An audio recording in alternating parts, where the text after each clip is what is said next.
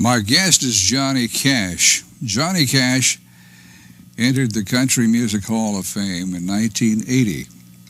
I suppose he's been given every award that his peers could give him and the public could give him. What do you want to say, John? Well, whatever you want to talk about, I'll be glad to try to answer your questions. And I won't tell it all, but I'll do the best to tell it right for what I do tell.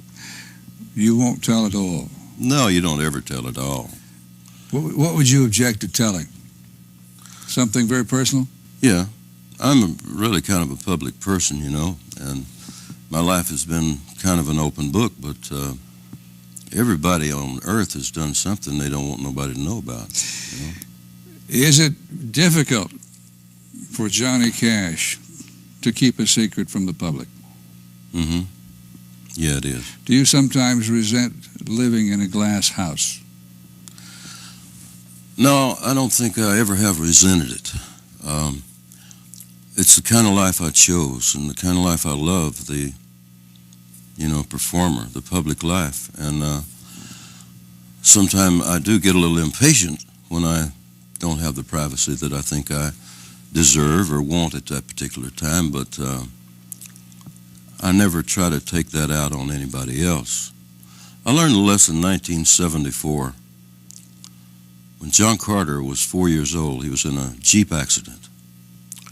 And the Jeep turned over about a block from my house and upside down, and it was on his head.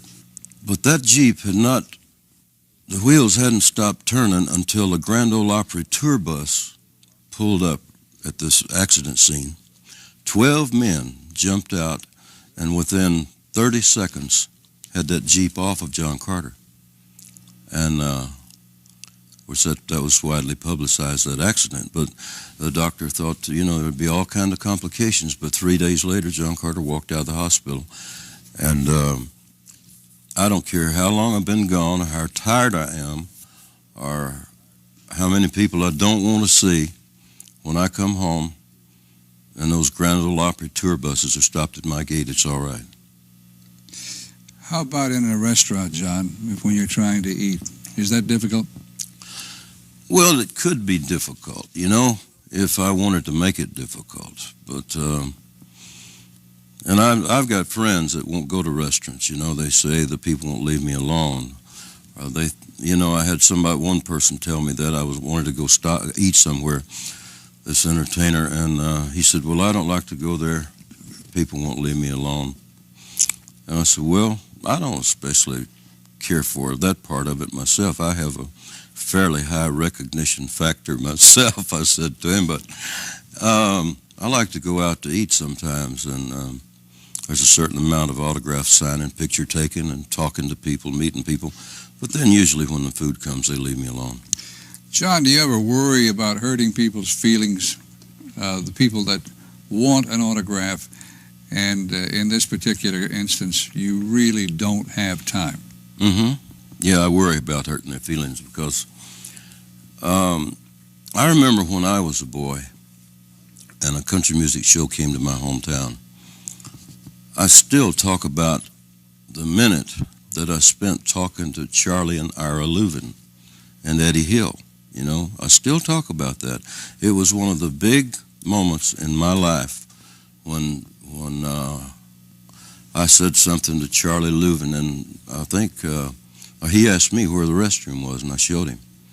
And that was really a big deal for me to have that few seconds with Charlie and Ira Louvin. And I think about that quite often, that maybe those people that have come to that show, it might be the only show they've seen this year, and they've never seen me, and it's really important to them that they get to say something or touch or autograph or something when I come off of that stage going to my bus, and I try not to run by them all the time, even though the police might be trying to get me out. I try to stop and shake hands and maybe sign a few autographs, and I can't always do it all, and it bothers me that I leave somebody standing there that want it and I can't do it. Yeah, it bothers me.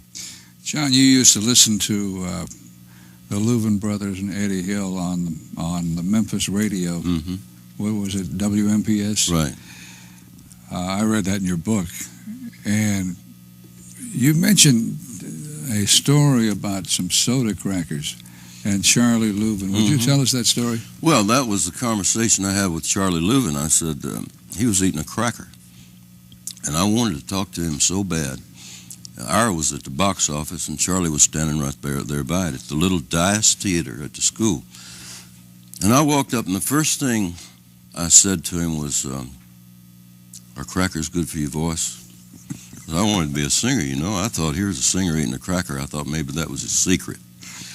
And he said, "No, they're good for your belly if you're hungry." So we had a little laugh over that, and then he asked me where the restroom was, and I showed him. Then I stood there by Ira for a while and just watched him. I was kind of afraid I'd say something stupid if I said anything else, so I didn't. But consequently, didn't you, after that, eat crackers a lot? I eat them every time I get my hands on them. I still eat a lot of crackers. How old were you when this occurred? 14. John, I want to ask about your operation. I think the world knows that you had bypass surgery some 9 months ago, which would have been when? Christmas, 88. Did you spend Christmas in the hospital? Mm-hmm.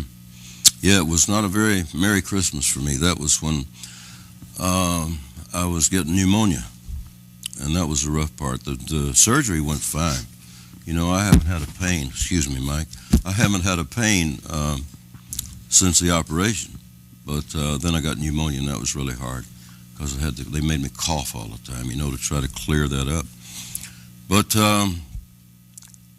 you know, people who know you and love you want to hear about your operation for about 5 minutes, and people who casually know you want to hear about it for about 2 minutes, and people that don't know you don't want to hear about it at all. So are you sure you want to talk about my operation? Yes, I do. All right. Why do you think, or why did your doctors tell you you had to have bypass surgery? Well, the main artery for my heart was 90% clogged, and I'd been really feeling lousy and having spells where I was weak and fainting and trembling, sweaty, you know. And so I was in Bristol, Tennessee, and Waylon had gone in, had bypass surgery. And I went to see Waylon, and I was sick, standing there waiting to see him, and my doctor said, "You need to have arteriogram, angiogram," and so I did. I said, "Don't you find anything, because I'm going to Jamaica on vacation." Well, after they did that on me, he came back into the room, and he said, "Now, who do I call to cancel your reservations to Jamaica?" I said, "That bad, huh?" And he said, "That bad." So they operated and bypassed that artery, and right now I'm running wide open. I don't have my energy level back 100% yet, but like I said, I haven't had a pain, and I've been doing a lot of work. Your sister Reva expressed to me the fact that you went back to work too soon. Mm-hmm. I did. After coronary bypass surgery, it's, you know, you don't really know when you're going to feel like going back and doing a full load of work. Well, that was Christmas, 88. In April, I took a 21-day tour to Europe, and I wasn't ready for it, but I didn't know that, because I still don't have that energy level totally back 100%. Some days I have it all day. Some days I lose it about the middle of the day, and I usually rest in the afternoon, you know, for a couple of hours. But that European tour in February, I missed one date because of what we thought was a blood clot in the leg. As it turned out, it wasn't so much a clot as it was a muscle spasm from walking, because from the time I got home after my operation, I walked religiously every day, you know, for a mile or 2 miles, and I really forced it a couple of times when I didn't feel like it, and the muscles kind of clamped up. So they put me in the Paris hospital with all kinds of doctors around trying to figure out if it was really a blood clot or what, and then they decided it was, and so told me I had to cancel the rest of the tour. But then I went to another doctor when I got to London, and he said it wasn't a blood clot, so I went ahead with the tour, and I've been fine ever since. That's the only health problem I've had since December 88. And my health problem, my medical record, has been an open book too. I mean, everybody, no matter how long it's been, people walk up to me and say, "Are you feeling all right now? Are you still sick? Or did you get over that all right?" Well, I got over that the day they sent me home from the hospital, you know. Since then, it's been a slow recovery, building my strength. But You still walk? oh yeah, I walk at least a mile every day, usually the first thing in the morning. Do you have to change your diet? Yeah, that was one of the orders, but I did that because I don't eat a lot of as much food as I used to. I probably eat half as much as I used to and feel better at it. John, I remember you used to be a junk food junkie. Yeah. I still love candy. Well, I recall the night you and Jack Ruth and I went to Globe, Arizona. Yeah. And we stopped in this little store on the way back, and you bought most of the junk food they had in that place. I did. Well, you know what we had for supper? Just before that? I don't recall. Indian bread. We were out in that canyon near Globe, Arizona all day, and they didn't feed us. And then as we were leaving, somebody stuck this sack of cold Indian bread in the window, which is a pita piece of bread, flat bread with beans in it. You know, remember, it was cold and greasy. And I couldn't eat over 2 or 3 of them. So I had to stop at a Handy Andy or something and get some peanuts and Coke and candy. Now, today, could you eat peanuts, Coke, candy, and so forth? I could, but I don't do it like I used to. It's just, you know, I got more on a common sense eating habit. You know, eat when I'm hungry and try to eat. I don't eat pork anymore. I don't even care for it. I don't miss the things I cut out. I miss a lot I miss the candy. I like candy. And I chew a lot of gum. And I try not to drink too many Cokes, but I still do that too. And I have a little coffee in the morning. My doctor told me when I was asking about all these things I couldn't have, he said, "I'm going to prescribe a cup of real coffee for you every morning because you're going to have it anyway. And it won't hurt you because your pattern of living for all these years has been that you had to have that caffeine in the morning. And I don't have to have it, but I don't like to start the day without my morning coffee." John, how long ago did you kick the drug habit? I didn't ever kick the drug habit, and I don't think I ever will. There'll always be that gnawing and craving there for it that passes. It comes by every day and then passes, thank God. The craving goes. We don't say that we're recovered, we're recovering. And how long does the gnawing sensation last? Sometimes just a few seconds, sometimes an hour. But we have a program. I have a program.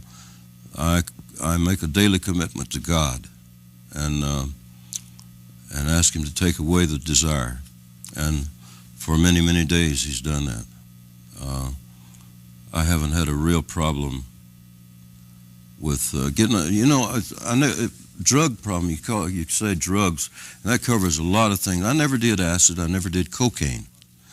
But I did all the pills. You know, that was my drug of choice. Was amphetamines. Amphetamines. You know, you knew me in my prime amphetamine days when I was really crazy and mixing it with brandy and beer and all that. Well, thank God I don't do that. And I haven't had amphetamines now which I like to say is my drug of choice. I haven't had amphetamines now since 1983. When were you at Betty Ford? 1983. Was it for the amphetamines? Yeah, it was that, and also because of stomach surgery I had, they had me on IV morphine for about 2 weeks, and I had to come off of that. But I'd also been on very strong pain pills and amphetamines and sleeping pills. So you get caught up in it, Ralph. I don't like drugs. I hate drugs. I hate everything about them. I hate everything they ever did to me. I detest them. I despise them. Yet I crave them, you know, and I don't know the answer to that, except to make a daily commitment to stay off of them. You know, today I'm not going to do drugs. Now, I don't know about tomorrow. I'm not going to worry about it, but tomorrow I'm going to make the same commitment that I made this morning to stay off of drugs today. How do you work your way through that hour when it's tugging at you? Well, I pray, or I'll talk to somebody that I know is solid, straight, clean. If I'm in trouble sometime, I'll call Waylon, and I don't even have to talk. I say in trouble, if I'm craving or something, or I think I'm going to be tempted when I go see this certain person or do this certain thing, I'll call Waylon or somebody that is recovering too. And I may not even talk about the problem. I might just call him, say, ask him something about his new record, or what's Shooter doing today, get him talking about Shooter or something, get my mind off of it and get it on something good, something positive, something solid. Do any of your old friends who know how you are offer you pills as a goodwill gesture? No. It doesn't take them long to know that you don't take them. No, I have not had anybody offer me pills in 6 years. The reason I ask you that, I used to be around George Jones on the road, and the thing that bothered me was the fact that there were so many people backstage with a bottle that they wanted to give old George a drink, that he had a very difficult time escaping from that. Well, it was the only thing some of these people thought they could share with George or take a little bit of his life by sharing a drink with him, and me and old George had a drink together, that kind of thing. And I used to have people come around and say, hey, try this one, you like this one, because they knew I was doing them. And when you're doing one, you want to find something a little bit better. So I'm just like George. People back in those years, people would come around, or if I was on the road, people say, what do you got, or I've got this if you need it, They tell me that, but nobody's told me that in 6 years, because they know that one thing you learn to do when you try to quit, like I did, Betty Ford, is you clean up your playmates and you play ground. I don't go to the same places I used to. I don't go to clubs. There's a lot of people playing in town from week to week I'd like to go see, but I can't afford to do that because I know me, I know what everything I used to like would be available there, and I don't like to be around it. And I choose my friends very carefully. Well, I say I choose my friend. My friends, the time I spend with my friends, I very carefully lay that time aside, especially for them, and plan to have this communion, this friendship flourishing at a time when it will be meaningful for me and for all of us. John, is your circle of friends a tight circle? Are you a private person? Yeah, I guess so. I don't know anybody that's got over 4 or 5 friends that are, you could really call real true friends, that they're the same if you see them every day or just once a year,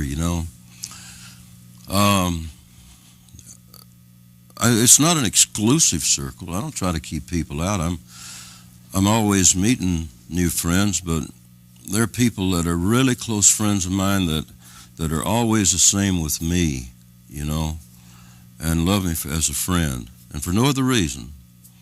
And like Arthur Smith in Charlotte, I talk to Arthur about once a month. Billy Graham, I was with Billy Graham last week, and Waylon. I've got other friends that are close friends too, but some I don't talk to as often or see as often. I don't have a lot of time for a lot of friends, but because I got such a big family, I try to see my mother every day I'm home, and I try to talk to my daughters every week that I'm, every week wherever I am, and keep contact with them and see what's going on in the family and try to see them as often as I can. So with the big family I have, I really don't have a lot of time for socializing. John, let's go back to Betty Ford. As I recall, a very funny incident happened with you and a vacuum cleaner. They put you to work at Betty Ford. They give you a job, don't they? Let's don't go back to Betty Ford, but we'll talk about it, all right? It's part of the program, Ralph. It's part of the recovery program, part of the the little lesson that you get in humility is doing menial housework. Like one week I'd be vacuuming the floor. Next week I might be emptying ashtrays. Next week I might be sweeping, or one week doing the dishes, which I didn't mind doing any of that. Where we wash our own clothes, not allowed to send them out to laundry. I loved doing all that. I was in the Air Force 4 years, and I became regimented and learned to do things orderly. But that's one thing that you lose when in a lifestyle like I had for so many years, that stop doing all the little things, let somebody else do them. Stop laughing and playing kids' games, and that's another thing we did in Betty Ford that's just great. We'd sit around on the floor playing guessing games and kids' games, and find ourselves really laughing at it. And it's bringing you back to the basics, and that house cleaning chore was just one of those things that made me realize again that I was just human and just like everybody else. Did Betty Ford work for you? Pardon me? Did Betty Ford work for you? Did it work? Did it help me? Yes. Yeah. Oh, yeah. I was there 43 days. I highly recommend. You see, you don't only learn how to stay off, but you're off all that time. You know you're going to be drug-free all that time, pill-free, whatever. But you learn how to cope with it when you get outside. You learn how to handle other people who have that problem, and you learn how to say no. You learn how to change your lifestyle and let other people know that you've done it. And just say no is such is a phrase that's just been thrown around a lot lately, and a lot of people are saying it who don't know anything about the program. But that's really what it boils down to. Today I just say no to drugs. Are you involved in AA? Yeah, I go to meetings once in a while. Do you go there for reinforcement? I go there for me, to give me strength, yeah. It's a very spiritual program. John, I want to go back into your young life. A long time ago, I used to travel on the road some with your younger brother, Tommy. And he told me about the relationship you had with your older brother, Jack. Mm-hmm. And how Jack had a great influence on you. Then in reading your book, The Man in Black, that was borne out. Mm-hmm. I want you to tell our viewers about Jack Cash and his influence on you. Well, my brother Jack was 2 years older than me. I was 12, and he was 14 when he got killed. And he was a good boy. He'd already told us that he had been, quote, called to preach, and he studied his Bible every day and every night. He was strong. He was really powerful physically and clean. He would never smoke a cigarette. His language was clean. He never said dirty words. He's always kind of been my role model that I would have liked to have aspired to being. I would like to be like my brother Jack. And I don't especially remember anything that he ever said that's had any lasting effect on me. I just remember the kind of boy he was, the kind of life he lived that has always, over the years, time to time, my mind would take me back to my childhood days and to him, and to what he was and what I thought he would be now. When I dream of him, it's the strangest thing. I'm 57, and when I dream of my brother Jack, he's not 14, he's 59. Every time over the years I've dreamed of him, he's 2 more years. I dream of him now as having gray hair and kind of chubby, lined face, looking 60 years old. It's really strange. Like, you usually dream about somebody. When you dream about somebody, it's usually you dream about them when you knew them best, or when you had your best relationship with them, or your best times with them, Like I'll dream about John Carter sometimes. I'll dream he's 8 years old. But Jack is strange. I dream he's always 2 years older than me. So that role model that he laid down for me still comes through in my dreams about him. What happened to Jack? Well, he got killed on a table saw in the school workshop. Was cut. and he died 7 days later. In your book, he, in his dying moments, said that he envisioned heaven. He did. He saw heaven. Now, that has really been an inspiration, not only to me, but comfort to my mother.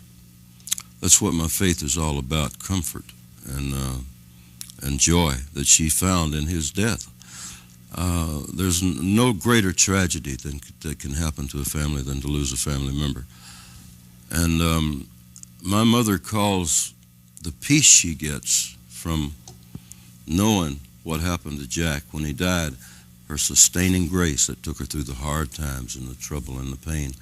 And he saw heaven when he was dying, and he gave us a vivid description. And he asked my mom if she couldn't hear the angels. And he was going down a river, and he saw the fire.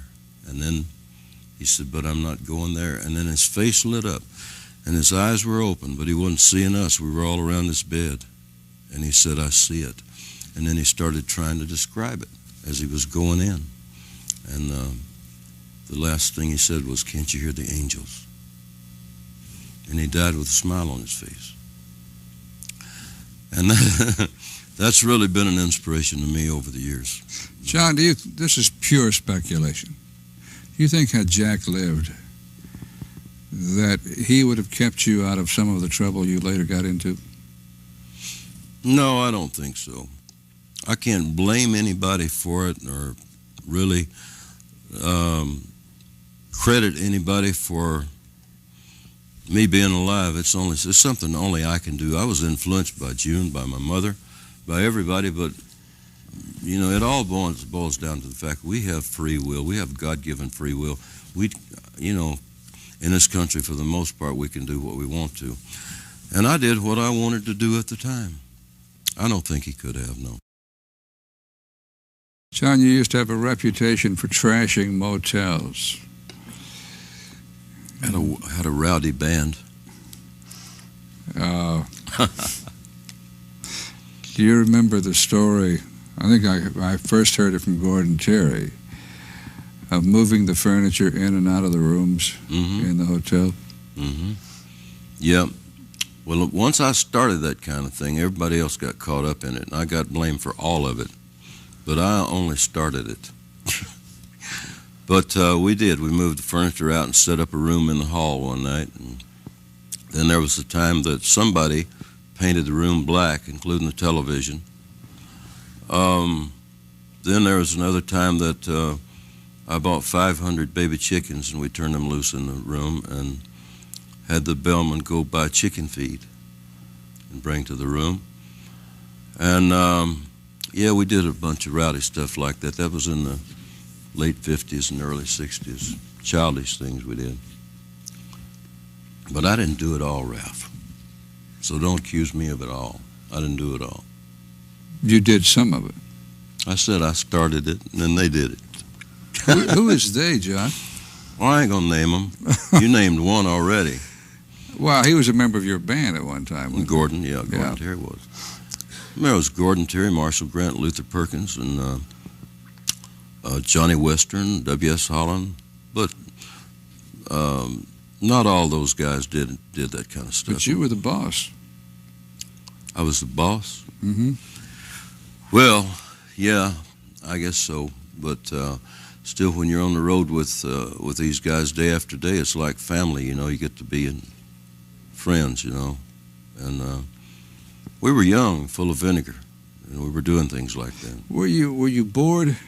I think so. I think boredom is really what brought it all on, and having too much energy and not channeling it in the right direction. Yeah, boredom had a lot to do with it. It's very boring out there on the road.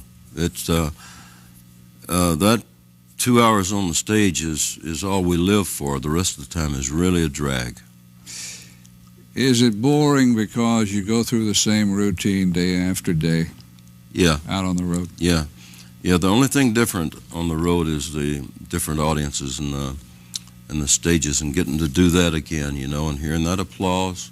You know, you got to have a lot of ego in this business, and I guess I've got mine. And that's one thing they try to strip you of, it, treatment of your ego, you know, so they can bring you back down to earth. Well, they worked on that, but still, you can't stand out there center stage in front of a spotlight and not have some ego, you know, like everybody's watching me. So David Niven, in his book, mentioned that actors and actresses have to have ego. He said otherwise it doesn't work. Do you agree with that? Yeah, right. And the audience understands that too, I think, you know. They pay their money to see you. They want to see you act like that you're worth seeing. I don't have a lot of lights, and I don't have smoke bombs in my show and firecrackers and things like that. So what the people see is me, June, and the girls and the band. The accent is on the people and on the songs. And I love it as much as I ever did in my life. I love, if the audience is really with me, when I go and when I sing Folsom Prison Blues, I love it as much today as I did in '55. You can't separate me from the song. It's just me and the song and them. It really feels good. I'm visiting with Johnny Cash as we attempt to paint a portrait of the man through his own words. John, how did you meet Dr. Billy Graham? It was in 1970, and he called me, and he had been watching my show, and he said he would like to meet me, so I invited him to come over. So he flew over. He lives in Asheville, near Asheville, North Carolina, and he flew over and had supper and spent the night with June and I. And then he asked me to appear with him on a crusade, so we did. We went to the Knoxville Crusade, and we've been close friends ever since. He's written parts of his last three books at our house in Jamaica.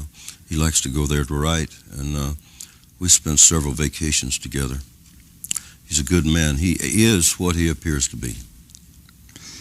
Has he been a help to you? He's been an inspiration to me. Billy is a friend like Waylon is a friend. You know, people say, you mean you're friends with Waylon Jennings and Billy Graham too? You know, why not? Waylon is a very spiritual person. Anybody with a talent that he's got is a spiritual person. And as a friend, I tap that spirit in Waylon. And I know what makes him tick. I know what makes him mad. I know what makes him happy, you know. And I know the things I like to talk to him about that I don't talk with anybody else about. And same with Billy. We don't talk about religion or the Bible all that much when we're together. We talk about life, talk about everything, whatever's happening. And Billy has been a great inspiration to me, and his friendship has been something I've leaned on from time to time over the years. And he's like the kind of friends that, like Waylon and Billy, are like my mother, you know, regardless of what I've done or they've heard that I've done. And, you know, they're still the same to me. They still love me the same. And that's what, to me, that's what love is all about. Friendship is all about. Do you go fishing with Billy Graham? Yeah, I've been fishing with him 2 or 3 times. He doesn't care all that much about fishing, but we have been fishing together. We've walked on the beach a lot together, taking the morning walk on the beach and talking about whatever friends talk about. He's a very human person, very humble. A woman cannot walk in the room without him jumping to his feet, you know. Like when a lady walks in the room, Billy Graham is on his feet. And Rosie and Roseanne, June's daughter Rosie and my daughter Roseanne, were with us in Jamaica. We were all sitting at the table, and they weren't in yet. And when they walked in the room, Billy scooted his chair back and jumped to his feet, and Roseanne said, "What's wrong?" I said, "Nothing, sit down." He was just standing up because you walked in the room. She said, "Oh, really?" You know, that didn't have that happen very often. But he's a nice man. Does he ever preach to you? To me? No. No, Billy Graham doesn't preach to me. He lives it with me. He lives it. He's always anxious to give me any spiritual advice when I ask him. And I've tapped that source a lot of times, you know, taken advantage of that friendship there. But he's never sat down and got preachy with me. No, he's not that kind of person. He doesn't do that to anybody. He wouldn't take a chance on offending anybody. You know, he loves everybody. He really does. So the chemistry between you and Billy Graham is very good. It's very good, yeah. Yeah, very close friends. He and his wife, Ruth, is a very close friend, too. John, how do you feel about burning the flag? Do you feel like we should have a law against burning the flag? An amendment, if you will? Yeah. Yeah, I do. When I see somebody or hear about burning the flag, I think about the time that June and I went to Vietnam in 1969 and saw the burning flesh. The boys coming in from the helicopters on the stretchers with the flesh burned, falling off from the napalm on them, on their bodies. And you never forget the smell of that. But anyway, back to the flag. I think of that, whether the Vietnam War was right or not, there are a lot of people who sacrificed their lives for it, and their time, and their brains. And whether or not we were right in being there when we went, that wasn't the issue. It's that Americans were there dying for me and dying for that flag. So I think if you want to burn the American flag, you ought to take it to Iran. But I still cherish those freedoms, you know. Like if I got a week off next week, I can go and do anything I want to in this United States. And there's not many countries you can do that in. And I cherish all of the freedoms that we got, including the right to burn the flag. But I also got the right to bear arms, and if you burn mine, I'll shoot you. Do you think that the flag transcends the freedom to do anything you want to? You mean the symbolism of the flag? You do. I think you think the flag is the one thing that we should not have the freedom to do with as we wish. Yeah, I think there should be an amendment to the Constitution. John, I know that the public is divided right down the middle on that issue, but that happens to be the way I believe. John, you wrote a song once, and I think you may have written it while you were in the Air Force, called Ragged Old Flag. No, I wrote that in 1975. Did you? Mm-hmm. In Binghamton, New York. I saw you do it on the 4th of July several years ago at Myrtle Beach, South Carolina. And the wind was blowing in off the beach. The flag was unfurled, and it was most important. Could you do it for us right now?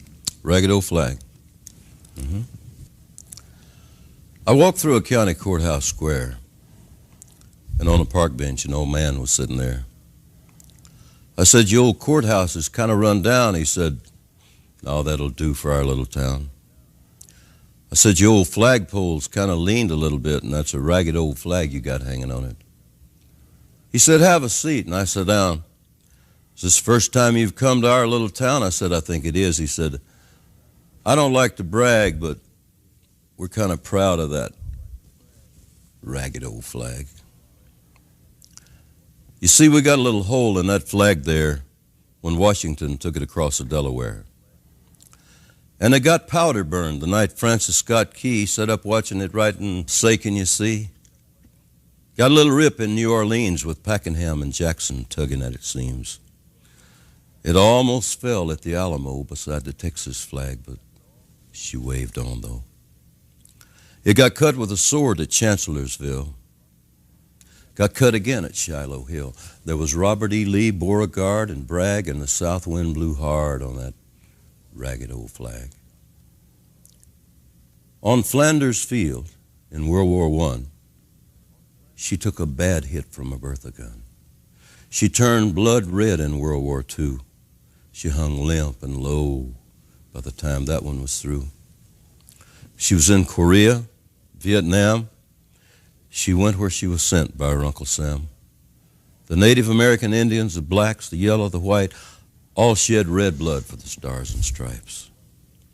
And in her own good land here, she's been abused. She's been burned, dishonored, denied, refused, and the very government for which she stands is scandalized throughout the land.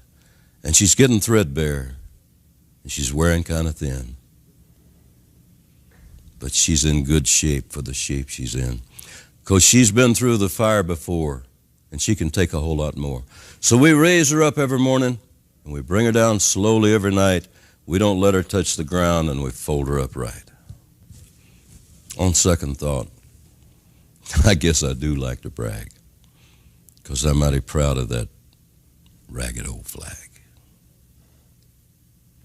That's beautiful. Why did you write that? Just been to Europe, and I don't remember the countries or, but it was the beginning of an American tour after a European tour, and I was still thinking about how glad we were to get back home when I was in Binghamton, New York that night. And I don't know where I got the idea about the flag, unless it was just glad to get home to America.